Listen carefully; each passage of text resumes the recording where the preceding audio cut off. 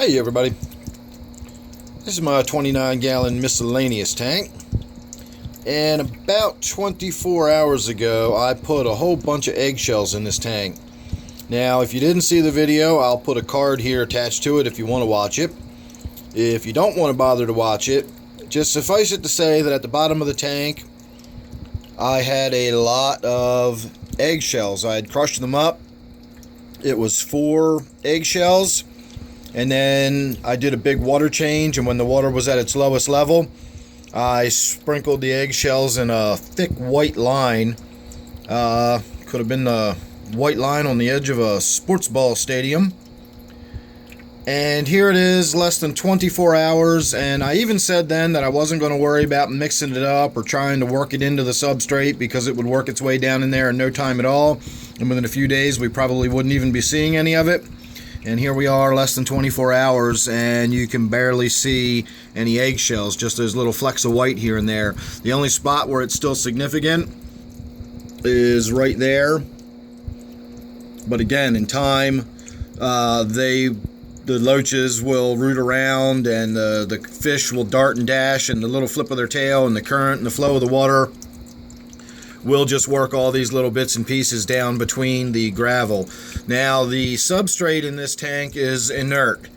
It's the fake gravel you get when you buy from the big chain pet stores. It's listed as Aquarium gravel, and it comes in all the different varieties of color. You can actually still see some of the purple, green, and blue from when this tank originally came. This was like a mixed bag. It wasn't like the clown barf, but it did have little bits of color in there. And over the years I pulled a lot of the little bits of color out, but for the most part I've left them in there because this is one of my earliest tanks and I'm not afraid of a little bit of nostalgia. So even though I typically stay with very much natural looking tanks, I don't mind having my little splashes of color in the gravel on this one. The point is that's what kind of gravel it is, if you're wondering. I don't know how well it's coming out on camera. If we get up nice and close, you can kind of see they're fairly large chunks. They're all sort of soft and rounded. Again, it's that fake gravel. It's actually a very dense foam. If you ever take one of those pieces, regardless of what color it is, and you cut it in half, you can cut it in half. If you smash your thumbnail into it, you can actually dent it. So it's not gravel at all. It's a really dense, hard plastic foam, and it's completely inert. So the eggshells, breaking down into the water is going to add a little bit of mineralization to my water, and I've gone on and on about that in several other videos. I did want to make a point about a video I just shot, and it was my office tank upstairs. I will put a card linking to that video too. I'm not going to go into a big discussion about it in this video, but in that video I mentioned how I used to be able to keep a powder blue dwarf gourami in that tank, stayed alive for a long time, and then when it died I was not able to get another one to stay alive in that tank for some reason, and I think I figured out the issue. This tank is the same situation. I had a rubber lip in this tank for years and it did fine, and then when it finally died, I don't know, it's been maybe close to a year now, something like that. Within the last year, I've put 2 or 3 rubber lips in this tank since then, and I've not been able to get one to take.